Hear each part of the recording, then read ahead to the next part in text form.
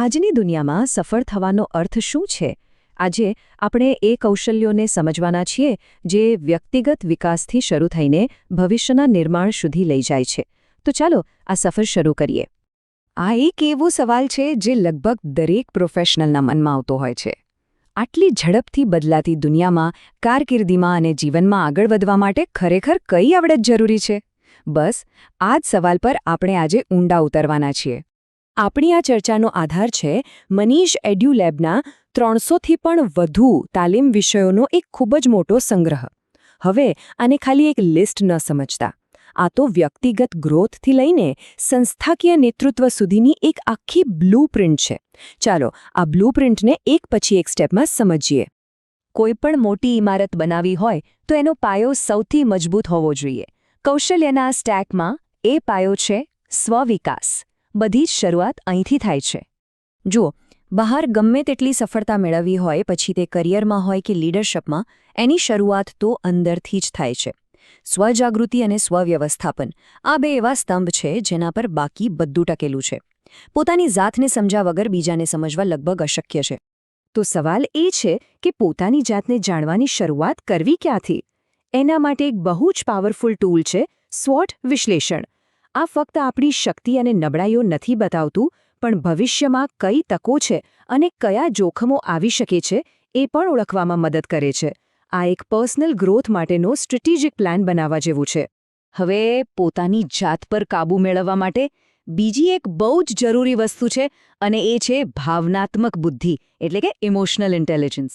ગોલમેનના model પ્રમાણે એના 4 મુખ્ય ભાગ છે. પોતાની લાગણીઓને સમજવી, એને મેનેજ કરવી, બીજાની લાગણીઓને સમજવી અને સંબંધોને સારી રીતે સાચવવા. આના વગર સાચું નેતૃત્વ અધૂરું છે. પોતાની જાતને હજુ વધારે સારી રીતે સમજવા માટે જોહારી વિન્ડો એક અદ્ભુત મોડલ છે. એ આપણને એ સમજવામાં મદદ કરે છે કે આપણે આપણા વિશે શું જાણીએ છીએ અને બીજા લોકો આપણા વિશે શું જાણે છે. આનાથી આપણા એ બ્લાઇન્ડ સ્પોટ સામે આવે છે જે આપણે જોઈ નથી શકતા પણ બીજાને દેખાય છે, અને એનાથી સંબંધોમાં પણ સુધારો આવે છે. આ બધું જ જ્ઞાન તો મળી ગયું, પણ એને રોજિંદા જીવનમાં ઉતારવું કઈ રીતે? તો એનો જવાબ છે નાની નાની આદતોમાં. હકારાત્મક વલણ રાખવું, પોતાની જાતને મોટિવેટ કરવી અને સમયનું યોગ્ય સંચાલન કરવું. આ એવી આદતો છે જે ધીમે ધીમે શ્રેષ્ઠતા તરફ લઈ જાય છે. આ માત્ર વિચારો નથી, પણ સફળતા માટેના રોજના નાના નાના પગલાં છે. ઓકે, તો એકવાર પોતાની જાત પર પ્રભુત્વ આવી ગયું, પછી શું? પછી વારો આવે છે બીજા લોકોનું નેતૃત્વ કરવાનો અને એક ટીમ તરીકે કામ કરવાનો. અહીં એક બહુ મોટો તફાવત સમજવા જેવો છે. જૂથ એટલે બસ સ્ટોપ પર ઊભેલા લોકો. બધા એક જ જગ્યાએ છે, પણ કોઈનો કોઈની સાથે સંબંધ નથી. જ્યારે ટીમ એટલે એક હોડીમાં બેઠેલા ખેલાડીઓ, જે બધા એક જ દિશામાં, એક સાથે, એક લક્ષ્ય માટે હલ્લેસા મારે છે. આ પણ એક બહુ જ મહત્વનો ભેદ છે. કહેવાય છે કે મેનેજર વસ્તુઓને બરાબર રીતે કરે છે, જ્યારે લીડર બરાબર વસ્તુઓ કરે છે. એટલે કે એકનું ધ્યાન સિસ્ટમ અને પ્રોસેસ પર હોય છે, જ્યારે બીજાનું ધ્યાન લોકો અને વિઝન પર હોય છે. એક સારો લીડર ક્યારેય એક જ રીતે કામ નથી કરતો. એની પાસે જાણે કે એક ટૂલ કિટ હોય છે. ગોલમેનની આ 6 શૈલીઓ એ જ ટૂલ કિટ છે. ક્યારેક ટીમને એક નવી દિશા બતાવવી પડે છે, વિઝનરી. તો ક્યારેક બધાને સાથે રાખીને નિર્ણય લેવો પડે છે, ડેમોક્રેટિક. સાચા લીડરને ખબર હોય છે કે કઈ પરિસ્થિતિમાં કયું ટૂલ વાપરવો. ઓકે, તો આપણે પોતાની જાતને સમજ્યા, બીજાને લીડ કરતા શીખ્યા. હવે આનાથી પણ એક સ્ટેપ આગળ જઈએ અને મોટા પાયે વિચારીએ.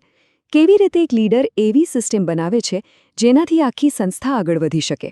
કોઈપણ સંસ્થાની પોતાની એક ઓપરેટિંગ સિસ્ટમ હોય છે, જેને આપણે કહીએ છીએ સંસ્થાકીય સંસ્કૃતિ અથવા કલ્ચર. એ દેખાતી નથી, પણ એ જ નક્કી કરે છે કે સંસ્થામાં બધું કેવી રીતે ચાલશે. દરેક નિર્ણય અને દરેક કામ પર એની અસર હોય છે. તો સવાલ એ છે કે આટલું મજબૂત કલ્ચર બને શેના પર? એનો પાયો શું? જવાબ એક જ છે: નૈતિકતા. જો પાયામાં નૈતિકતા ન હોય તો કોઈ પણ સંસ્કૃતિ લાંબો સમય ટકી શકતી નથી. એ જ સંસ્થાની સાચી કરોડરજ્જુ છે. જો જ્યાં લોકો સાથે કામ કરે છે ત્યાં સંઘર્ષ તો થવાનો જ છે, એને કોઈ રોકી નથી શકતું. પણ સવાલ એ છે કે એને હેન્ડલ કઈ રીતે કરવામાં આવે છે. આ 5 પદ્ધતિઓમાંથી સહયોગ એટલે કે કોલેબોરેશન એવી રીત છે જેમાં બંને પક્ષ જીતે છે. એક મજબૂત સિસ્ટમ સંઘર્ષને સમસ્યા નહીં પણ તકમાં ફેરવી દે છે. સંસ્થાઓ સારા લોકોને કઈ રીતે શોધે છે, સાચવે છે અને વિકસાવે છે. આ કોઈ જાદુ નથી, આ એક આખી સિસ્ટમ છે. યોગ્ય વ્યક્તિને શોધવાથી લઈને તેને ટ્રેનિંગ આપવી, તેના કામનું મૂલ્યાંકન કરવું અને તેને પ્રોત્સાહિત કરવી, આ આખી એક પાઇપલાઇન છે જે ટેલેન્ટને ટકાવી રાખે છે. અને હવે આપણે આ કૌશલ્યના સ્ટેકના સૌથી ઉપરના અને કદાચ સૌથી મહત્વના સ્તર પર પહોંચ્યા છીએ: આવનારી પેઢીનું સિંચન કરવું. સાચી માસ્ટરી એ નથી કે આજે કોઈ કેટલું સારું નેતૃત્વ કરે છે. સાચી માસ્ટરી તો એ છે કે કોઈ આવતીકાલ માટે કેટલા લીડર્સ તૈયાર કરે છે.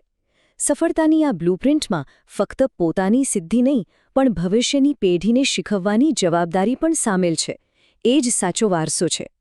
તો આ વારસો બને કઈ રીતે? એની શરૂઆત થાય છે બાળ વિકાસ અને શિક્ષણમાં રોકાણ કરવાથી. લીડરશિપના પાઠ ખાલી ઓફિસના બોર્ડરૂમ માટે નથી હોતા, એ ક્લાસરૂમમાં પણ એટલા જ જરૂરી છે, કારણ કે ભવિષ્યનું સાચું નિર્માણ તો ત્યાંથી જ શરૂ થાય છે. આ આખી વાતનો સાર આપણા સ્ત્રોતના એક જ વાક્યમાં આવી જાય છે: શિક્ષક પરિવર્તનના જ્યોતિર્ધર છે. આ માત્ર એક વાક્ય નથી, પણ એક વારસો બનાવવા પાછળનો મૂળભૂત સિદ્ધાંત છે. તો ચાલો આ આખી સફરને એકવાર ફટાફટ જોઈ લઈએ.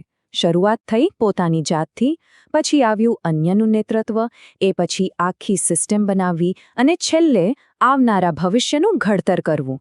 આ છે સફળતાનો સંપૂર્ણ સ્ટેક.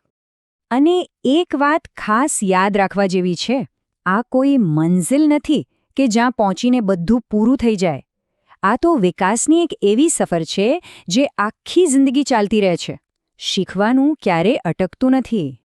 આ આખો નકશો જોયા પછી એક સવાલ મનમાં જરૂર આવે કે વિકાસના નકશા પર કોઈ વ્યક્તિ પોતાની જાતને ક્યાં જુએ છે અને અહીંથી આગળનું પગલું શું હોઈ શકે?